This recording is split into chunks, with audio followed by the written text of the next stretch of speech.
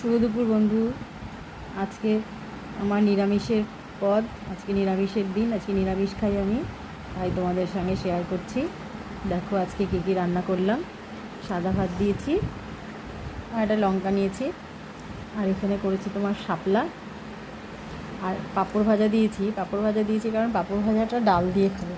এই যে করেছি তোমার বিউলির ডাল, বাঁধাকপি, এখানে হচ্ছে সেই শশা থাকে না বড় বড়, সেই শশার তরকারি করেছি।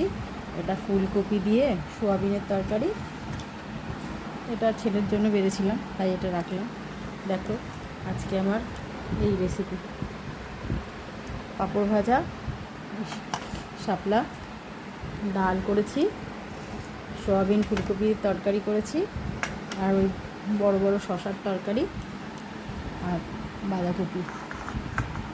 এই হচ্ছে আজকে আমার নিরামিষের থালি। দেখো কেমন হলো। তোমরা খেতে বসেছো নিশ্চয়ই, আমি খেতে বসে পড়লাম। তাহলে এখন খাওয়া শুরু করি বন্ধু। টাটা।